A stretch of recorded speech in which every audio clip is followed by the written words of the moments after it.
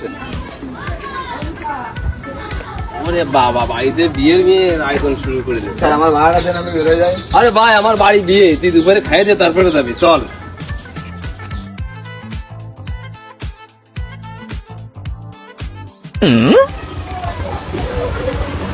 কাকা ভালো আছো? কেমন আছো?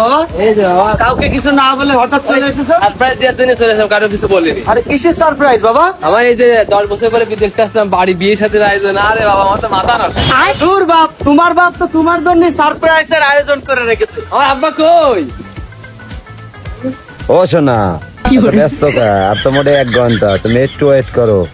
আব্বা! আরে ভাই, আপনার ছেলে চলে আসছে তো ভাই। বাবা, তুই না জানাই কি করে চলে আসলি? আব্বা, তুমি খুশি হওনি? আমি তোমার সারপ্রাইজ দিলাম।